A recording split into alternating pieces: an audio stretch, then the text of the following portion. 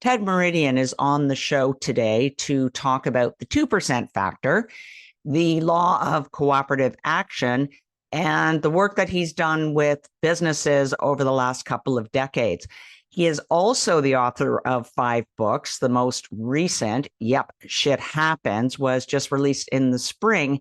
And the book takes the reader on a journey with Cooper that changes the way he sees the world.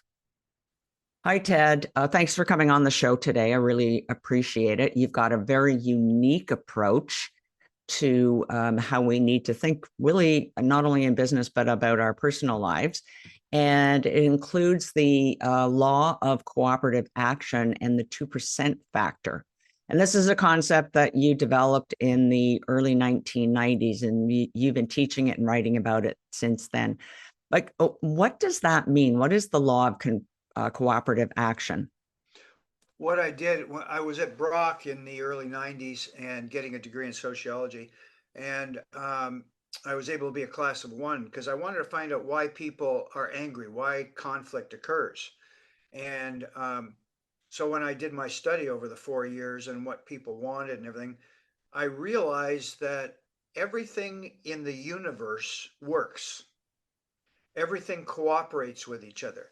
We're also not only cooperating, but we're interdependent and we're interconnected. Um, all the animals, I mean, just look around right now at the fall. Look at the colors, look what's happening, right? And even though sometimes there's a hurricane, which is going on right now in Jamaica, but when there's a hurricane or something going on, it seems to fix itself. I'm talking about nature, the earth, everything else. Our problem that has occurred is when man became sentient beings, we screwed everything up. And I say man because I blame man more than women, but we screwed everything up. And because we believed we were separate from the interconnectedness, when we have the self-actualization of who we are, we believe we are totally separate, and that created conflict where there really is no conflict. I mean, if you look at nature and the animal, the rose doesn't tell the tree what kind of tree the rose should be. Yes, some animals sacrifice their lives so other animals can live. That's part of the cycle of life and nature, right? But animals don't go and get armies together and say, well, let's go attack the other animal because we don't like the color of their pelt. Right. um, but humans do that. So I wanted to look at a theory and a law that says how can we correct that? How can we be more like nature? And I want people to understand that we are all interconnected and interdependent. If I steal from you, I steal from me. If I lie to you, I lie to me. All of those things. We can't get along without something else. We're sitting on chairs, interconnected. Gravity holds us on Earth, interconnected. We're breathing air, interdependent. And so if we lose that interdependent interconnectedness, we're done. And it seems that ever since human consciousness, we've been fighting with each other, going to war. You bring in theories like religion, a whole bunch of other stuff, instead of saying, look at, like we're all together, we're all one, we're all planet Earth. We're not really countries and all that sort of stuff.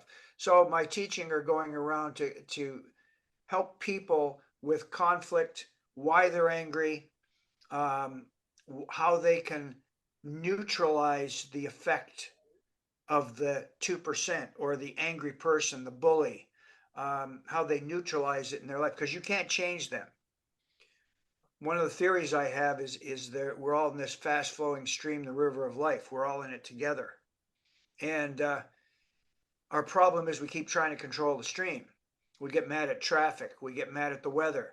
We get mad at our partner. Why are you dressed like that when we're going out? Why are you doing that? And so the idea is you can't control the stream. Like I can't control what's happening in the United States. I can't control the extreme right or the extreme left in Canada. But all I can do is neutralize their effect on me.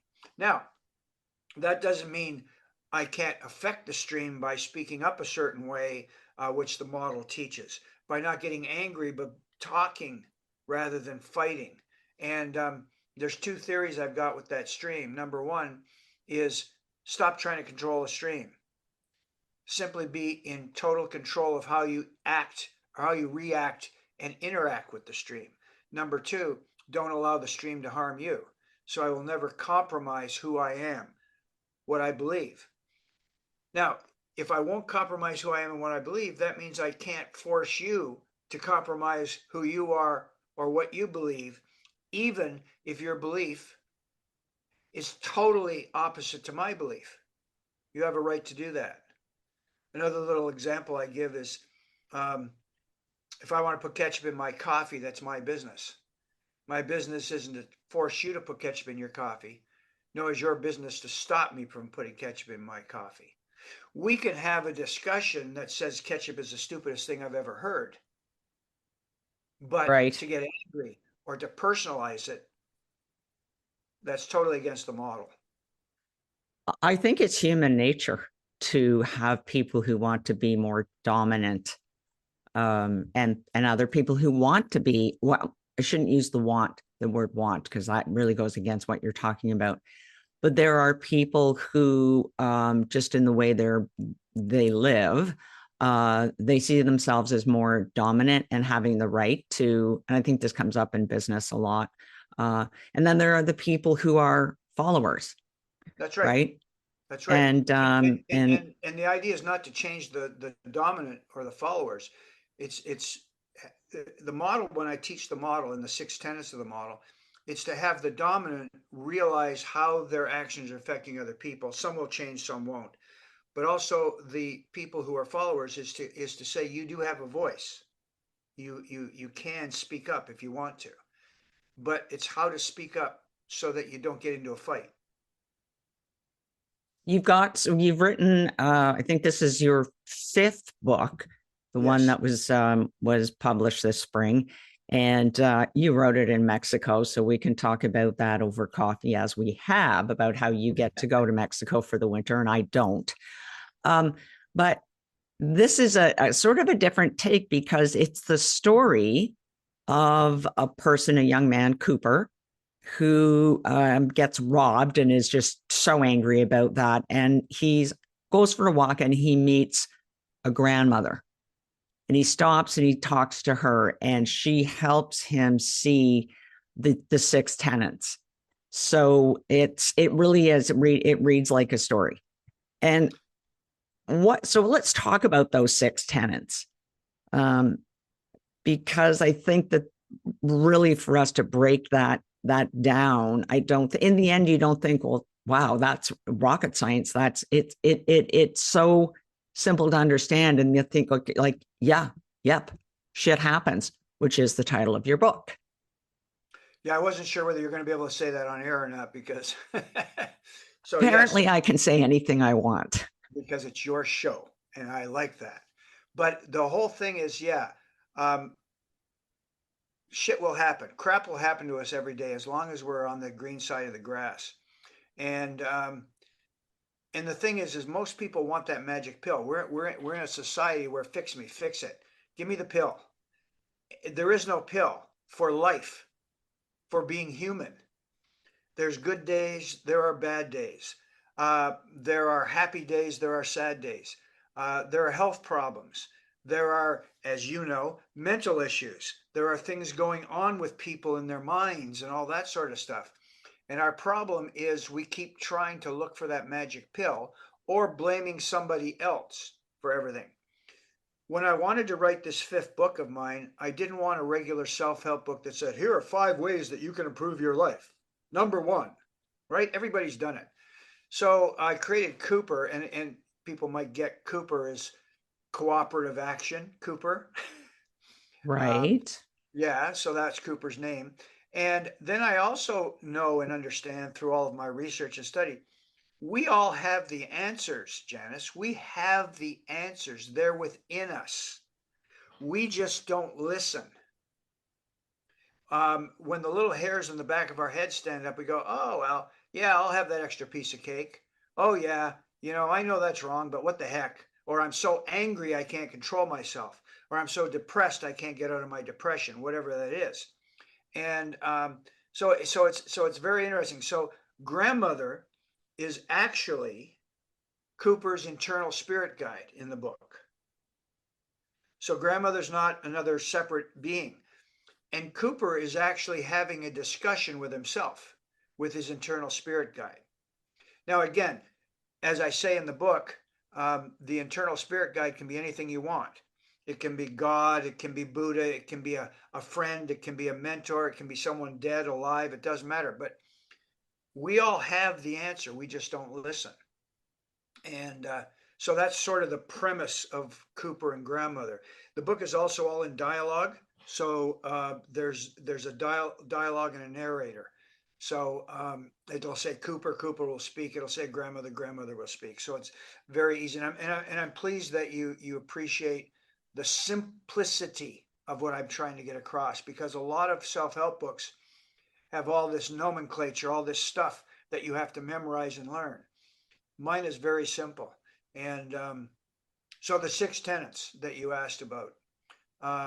Tenet number 1 is we got to celebrate the individual as the foundation of all relationships. The first person you have to celebrate is yourself. There's nothing wrong with you. You're not broken as people think. You're not the only concept of why we think we're broken is the 2%. The 2%, they're the people who will pick up a gun, shoot you, no matter what the rules are. And they are so upset with who they are and where their place is in society that they have to pick on somebody else. They have the power, the bully, okay?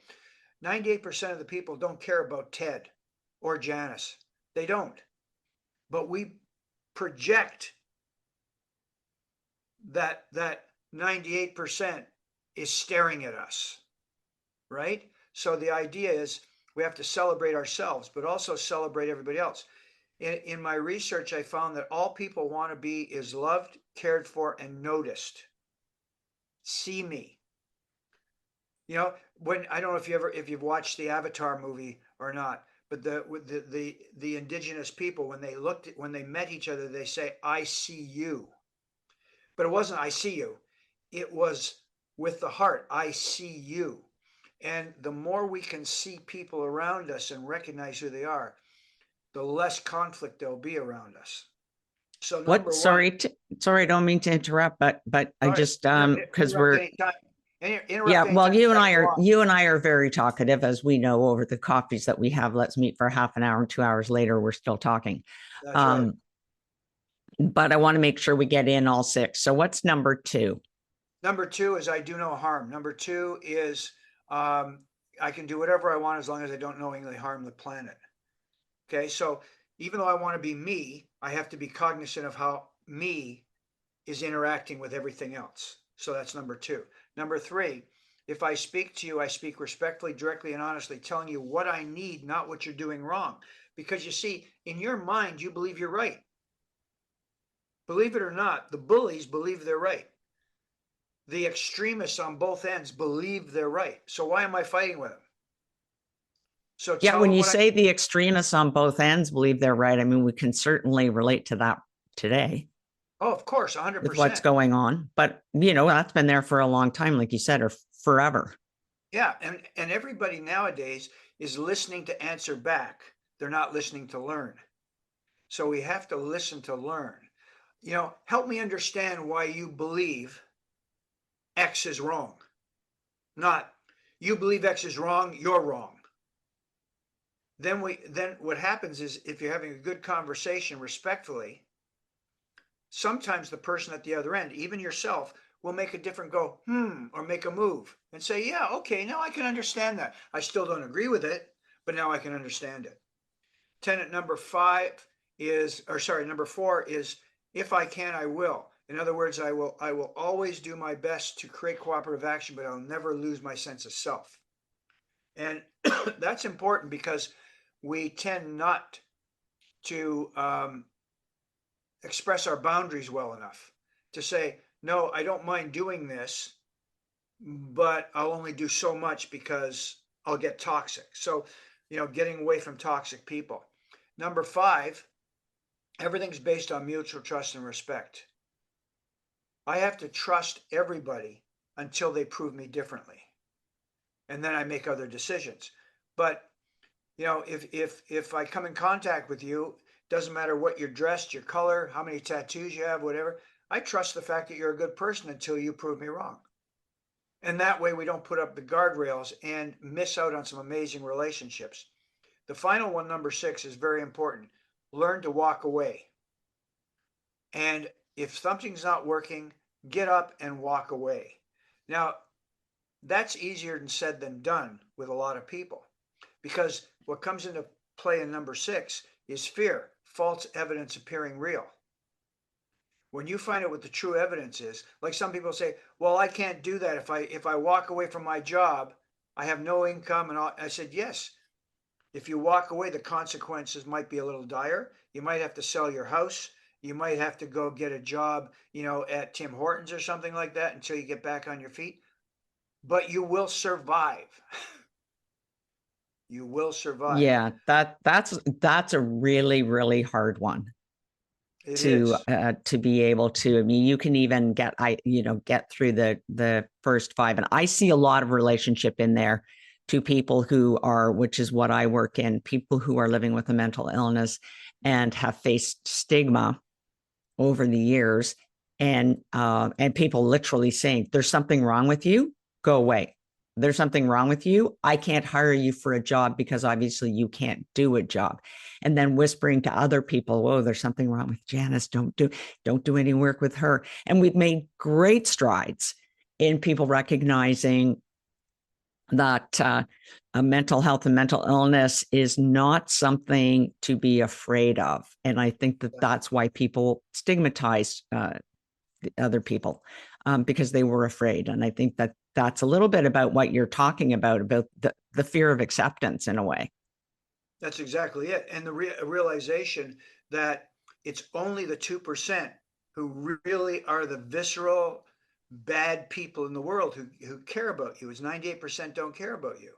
And one example, and I'm sure your listeners will understand this. One example is very simple. You'll wear an outfit. 1,000 people will see you in that outfit. You'll be going down the street very happy. One person, think about this, one person will come up to you and saying, Janice, you're looking a little fat in that. You'll throw it away. Or you'll really think about wearing it again. So it definitely goes to the back of the closet, and then you feel fat in everything you put on. Exactly. But when we have then you feel that's wrong, Ted, which is the worst part. Yes. So I can't be this way. I need to go on a juice diet or whatever, and I need to work out 45 minutes every day, and that's not necessary. So the essence of the model in the law of cooperative action is saying to people exactly what you just said. Is say to people, that's only one person of 98 or 100, right? Of 99. That's only one person in 1,000. Give them half the peace sign, and say, I'm just going to be me. It's really funny how again, mental illness and you know what? When we hear mental illness, and I know you're more conversant in that than I am, but I like to say mindset. Our mindset is the real issue, which I believe, will create that mental illness or that problem. It's my mindset. I understand that 98% of the people in the world don't care about Ted. Don't care whether Ted's got a painted toenail, wearing flip-flops in January. It doesn't matter. The idea is yourself. Be comfortable with who you are. That's tenet number 1. Celebrate who you are. Don't settle. Celebrate. And the people who know you, love you, and care about you will be there for you. The people who won't, the 2%, will criticize you and try and force you into their space, into their mindset. And that's what you have to stop, is you have to turn around and say, no, I'm Ted. And if you don't like Ted, the way Ted is, then I'm sorry, we can't be friends. We can't be relatives. We can't be co-workers. I will find another place to work. And if that means I have to move to another province, another country, I'm going to survive. The idea of this model is survival. If you look at nature, everything survives on its own. The tree, the flower, the animal, everything on its own survives the way it is. And think about this, it also adapts when things change. I mean, you've seen the pictures of a plant that grows through the middle of a rock. Now, what power does that take? Yeah. Yeah. I mean, there are conflicts, obviously, around between animals and amongst animals. But So, that's also the but whole point, Janice. There is conflict. There always will be. There always will be. I'll always stub a toe. I'll get cancer, which I've had. I'll have heart issues, which I've had. There's always issues. That's the thing to sort of, guess I'm saying, just let go. Yeah, tomorrow I'm going to lose a tooth. You know what I mean? That's life. Life is not yeah, easy. it's Life's kind not of fair. accepting the things that you cannot change. And I read that someplace. uh and some of the tenets that live and let live, do unto Yeah, others. These are things yeah, that are in your book that are, I think, in this world, we are rushing forward, and we've gone through some really bad times recently, and so there's that sense of not live and let live, but I have to grab my slice. that's right. And Yeah, that but and it's that puts there's us a in way. a, but that puts us all in a very high stress Yeah, situation. And what's going on south of the border? You and I talked about reading the news or not. I talk to people about that all the time. Some of them are like me, where I try very hard not to, but I can't help sneaking in a couple of times every day. And then I've been allowing it until recently to really bother me. Well, why am I letting that, which I have no control over, ruin that's right. whether I'm going up to ride my horse and have a really nice, calm time driving through those trees you're talking about that have all changed colors and are beautiful? Yeah, and if I see troops coming down the street in St. Catharines, then I'm going to have to make decisions. But I'm not going to worry about the fact. I mean, I'm going to be aware and cognizant of what's going on because I want to be prepared. It's like I know that I need to drink water every day or I'll dehydrate. So those things you have to do in order to prepare yourself for what could be happening in the future. And but I really believe that we get caught up into, especially with social media and everything like that. Like right now, I'm working on a course for university with a PhD friend of mine, and his concept is we have to be more human. We have to get more into where we can have conversations, because as AI comes in and we're more separated by social media, we're losing our humanity, and we're losing our way of communicating, of hugging, of being friends, of letting go of the crap that's out there, because the crap will never go away. It won't. Thank you for taking the time to listen to Life Unscripted, Stories of Mental Health and Addiction. To hear more episodes of Life Unscripted, subscribe to my podcast on your favorite podcast app or visit my website at lifeunscripted.ca.